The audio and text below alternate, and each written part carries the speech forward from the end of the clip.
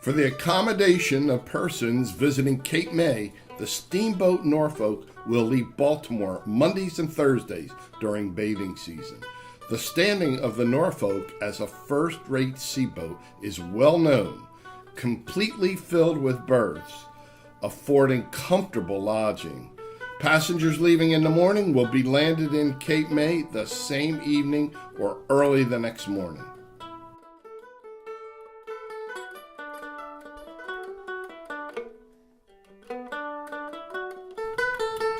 An 1808 ad announces a stage run from Thorns Ferry, Camden, to Cape Island every Thursday.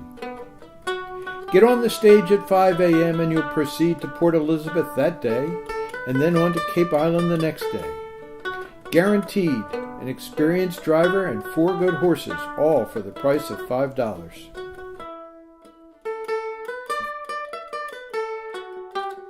The rush and scramble for seats had something terrifying in it for the novice, but we were fortunate enough to secure good places on the shady side. The train was one of the fast line and only stopped twice to give the locomotive his lunch. The train glides slowly into the depot where a crowd of upturned faces were looking for expected friends. The place was transformed into a perfect Babel as soon as the train halted, by importunate cabmen and vociferous newsboys.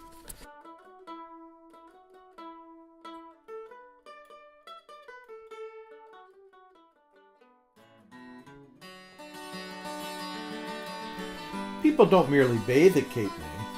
They spend the forenoons in the water and on the beach, alternately battling with the waves and sprawling in the sand for 2 hours or more. It is a fact that the thing to do at the Cape is to get sunburned. To acquire a suit of tan, the darker and firmer the better. The usual rules are reversed. The belle, who has a pair of arms the color of varnished cherry and a healthy country color on her face, is the one in style.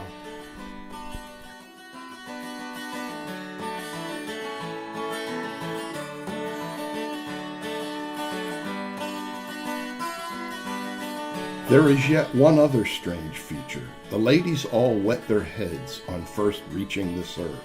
Bathing is the main prime thing, and is to be enjoyed at the utmost. And then drying the hair, or having the gentlemen dry it, is such splendid fun. Everywhere you go, you see the ladies either with their locks hung out to dry, or surrendered to the care of gentlemen busy with towels.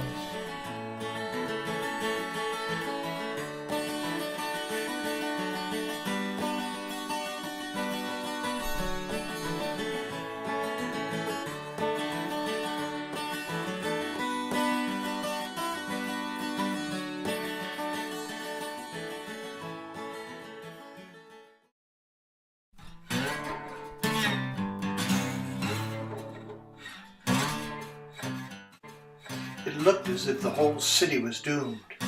The fire shot across Perry Street and attacked Congress Hall and was called Whiskey Row. The wind was blowing 36 miles an hour. Then the fire rapidly swept over the adjoining property to Tenpin Alley on Jackson Street. 9 major hotels were destroyed alone, with 30 rooming houses and personal cottages. 1,000 bathhouses belonging to the Stockton Hotel. Local fire efforts were overwhelmed until the fire engines arrived from Camden hours later.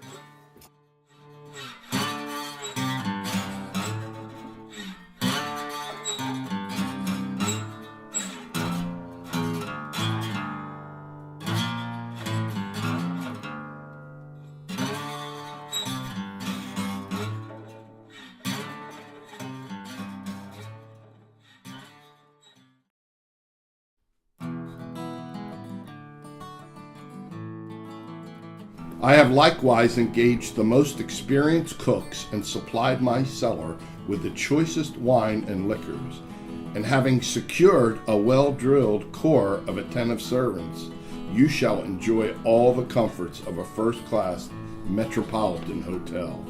The dining room will contain 100 tables. The bill of fare for dinner consists of 12 courses and 68 different dishes.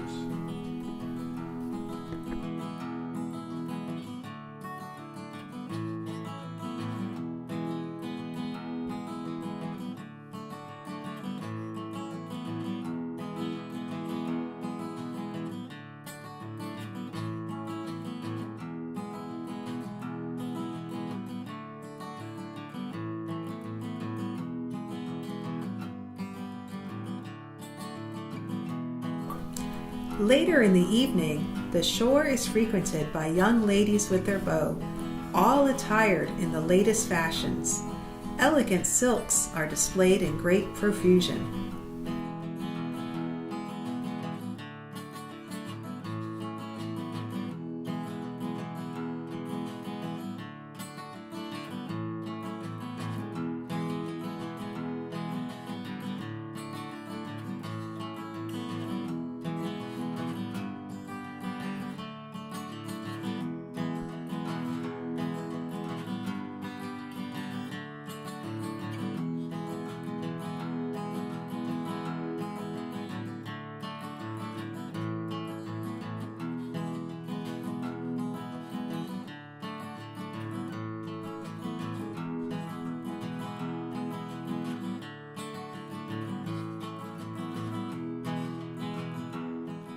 Many of the old and I suppose the best families are spending the season here and have been for 20 years.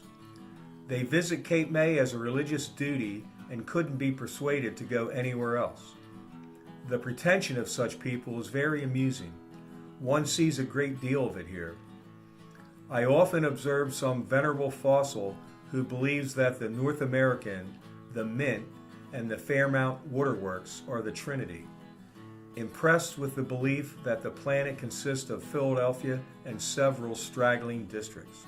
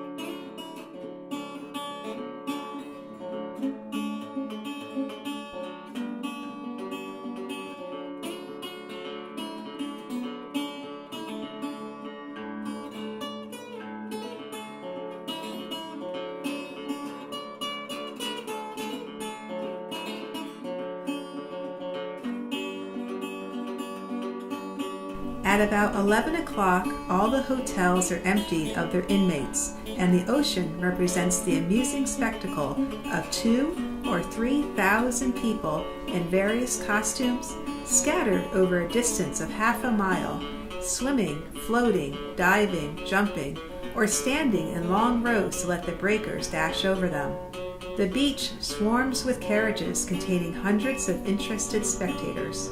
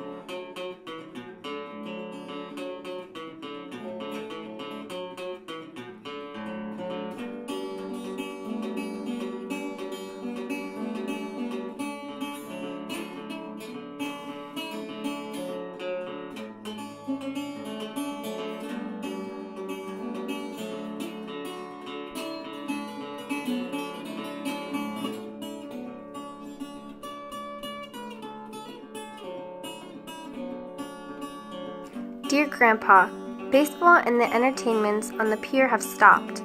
Mrs. Rayburn has gone away. The bathing is not yet over. September is the best bathing month of the season. Lex and I have commenced school with Mama again. Eleanor is learning French. Mama bought Lex a big kite, and Sherman and Lex are having a nice time with it. Your loving grandchild, Elizabeth.